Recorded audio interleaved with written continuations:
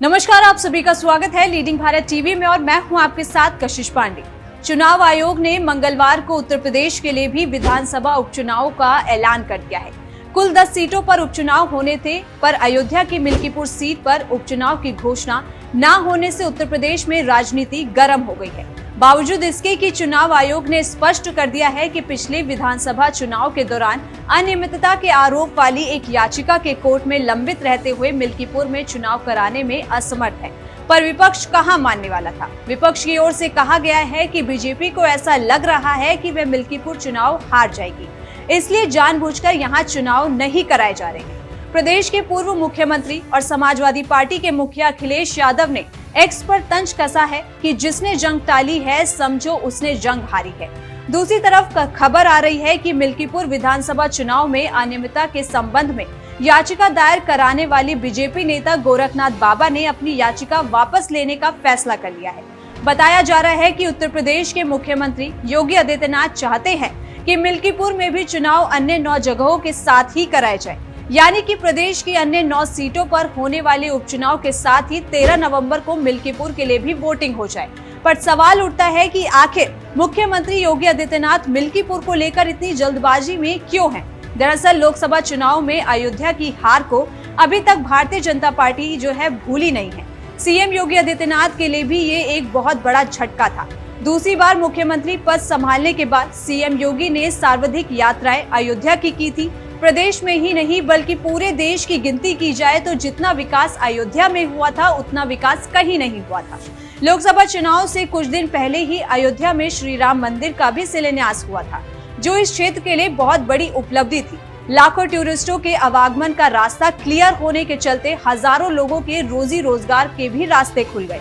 पर Ayodhya Lok Sabha seat BJP नहीं जीत सकी। अयोध्या सीट से जीतने वाले अवधेश पासी समाजवादी पार्टी के प्रत्याशी थे और उन्होंने ये सीट जीतकर इतिहास रच दिया। योगी आदित्यनाथ इस कलंक को धुलना चाहते हैं, शायद इसीलिए ही वो इस विधानसभा सीट को अपने लिए प्रतिष्ठा का प्रश्न बना लिए हैं। वहीं आपको बता दें कि लोकसभा चुनाव में हार के कारणों के विश्लेषण में ये सामने आया था कि पार्टी में बहुत ऊंचे लेवल पर गुटबाजी चल रही है। योगी के दोनों डिप्टी खुलकर अपने कैप्टन के खिलाफ बोल रहे थे।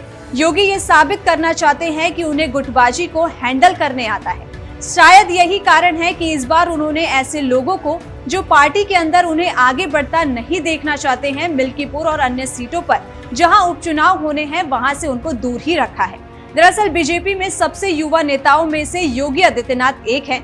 अभी उनके पास 3 दशक की राजनीति वो बची हुई है, जबकि भारतीय जनता पार्टी में अधिकतर बड़े नेता अब रिटायरमेंट की ओर जा रहे हैं। वहीं योगी आदित्यनाथ को पता है कि अगर बीजेपी में लंबी पारी खेलनी है तो उन्हें चुनाव जिताऊ छवि बनानी होगी। पार्टी में चुनाव जिताऊ छवि बनाए रखनी है तो मिल्कीपुर सहित सभी विधानसभाएं जहां उपचुनाव होने जा रहे हैं उन्हें जीतना होगा। बीजेपी एक लेवल और ऊपर जाने का रास्ता भी तभी खुलेगा जब वो उपचुनाव को जीतकर पार्टी को यकीन दिला सके कि उन्हें चुनाव जिताने भी आते हैं। वहीं मिल्कीपुर एक सुरक्षित सीट है। समाजवादी पार्टी ने यहां से अयोध्या के सांसद और मिल्कीपुर के पूर्व विधायक अवधेश प्रसाद के बेटे को टिकट दिया है। जाहिर है कि विपक्ष की ओर से कोई कमजोर प्रत्याशी नहीं है। वहीं मिल्कीपुर सीट पर दलितों की आबादी अच्छी खासी है। इस विधानसभा क्षेत्र में अनुमानों के मुताबिक करीब 36% सामान्य वर्ग के मतदाता हैं।